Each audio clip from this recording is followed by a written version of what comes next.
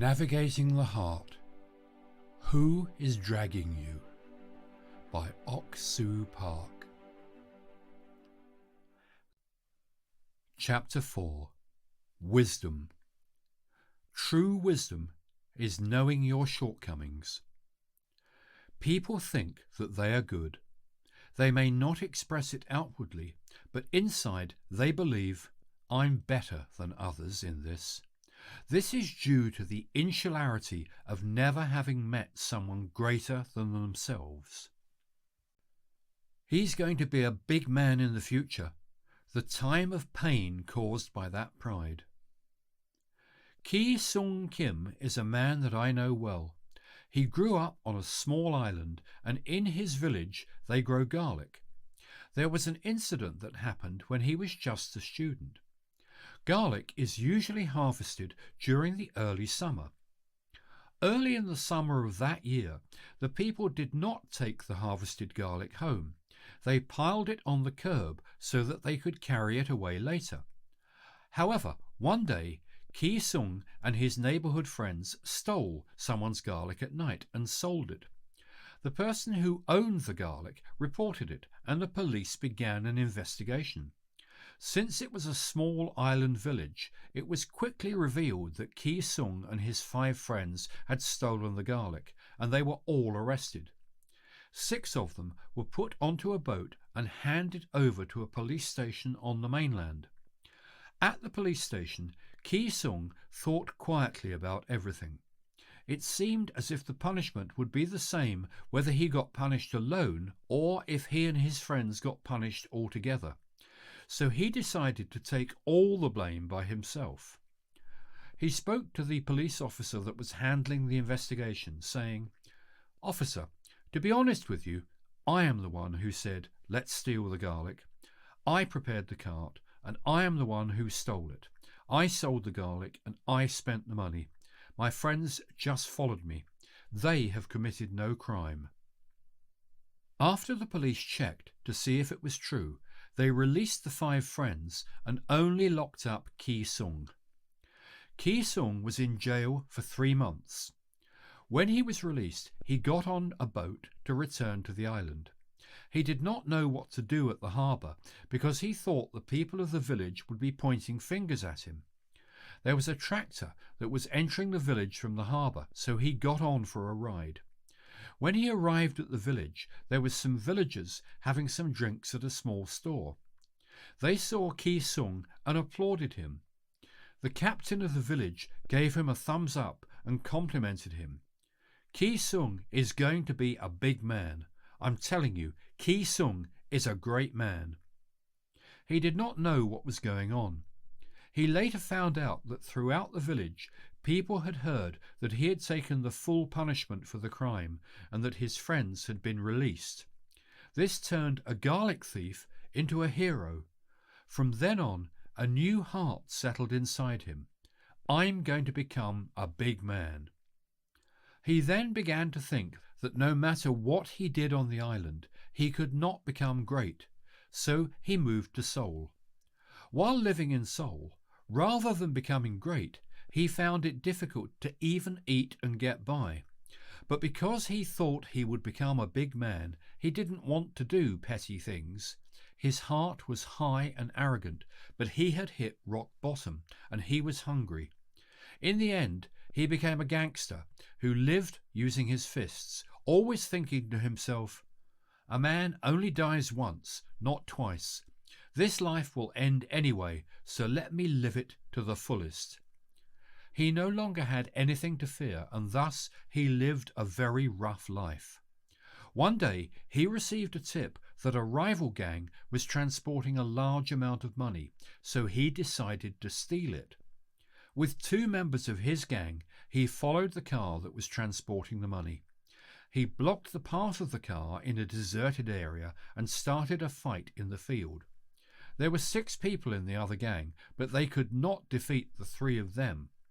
When the fight was over, he tried to take the bag with the cash, but the man holding the bag would not let go, no matter how badly he was being beaten.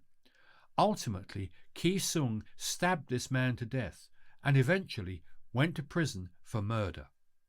Even in prison, because Ki-sung thought he was destined to be someone great, he continually started fights and did not back down from anyone. Once, Ki-sung fought with one of the more notorious prisoners. The prison guard punished only Ki-sung and not the other prisoner. Ki-sung became so filled with anger that while he was being restrained with a rope, he kicked the guard in the face. In response, he was beaten unconscious by the mobile riot police. Ki-sung made up his mind to get revenge. While he worked burning wood in the furnace, he took one of the metal rods that were used to push the wood into the fire. After heating the rod in the fire, he broke off a piece about the length of his finger. Whenever he had time, he filed that piece of metal into a very sharp point and waited for his opportunity. One day, in one of the hallways of the prison, he took out his new knife and held it to the prison guard's throat, saying, "This world has treated me badly, so now I don't want to live any more. I want to go to the other world now, but it's going to be too lonely to go alone, so you're coming with me." The prison guard trembled in fear. He then dragged the prison guard into a solitary room and yelled out, "Hurry up and call the warden. Tell the Attorney General to get here, otherwise he's dead." The entire prison was flipped upside down that day. After discussing how they could save the prison guard, they decided to get a pillar the size of an electrical pole and ram it into the back of the wall of the solitary confinement room. When 30 people carried that wooden pole and rammed it into the back of the wall collapsed, and Ki-sung and the prison guard were crushed under the debris. They were both knocked unconscious. Later on, he woke up only to realize he had been beaten so badly he could not move. After this happened, there was no one who dared bother him in prison. "Now they treat me like a human. This is how you are supposed to live life." This is the way he always lived. After a certain period of time, inmates were transferred to other prisons. Whenever Ki-sung was transferred, if he felt a lack of respect from his fellow prisoners, he would again take a prison guard hostage. His prison sentence continued to increase, but he still did not give in. The longer the prison sentence, the worse his health became. He caught acute hepatitis and lost consciousness. The prison medical officers said that the stability of his body and mind were the most important, but since his internal organs were boiling like an active volcano, he could not be stabilized.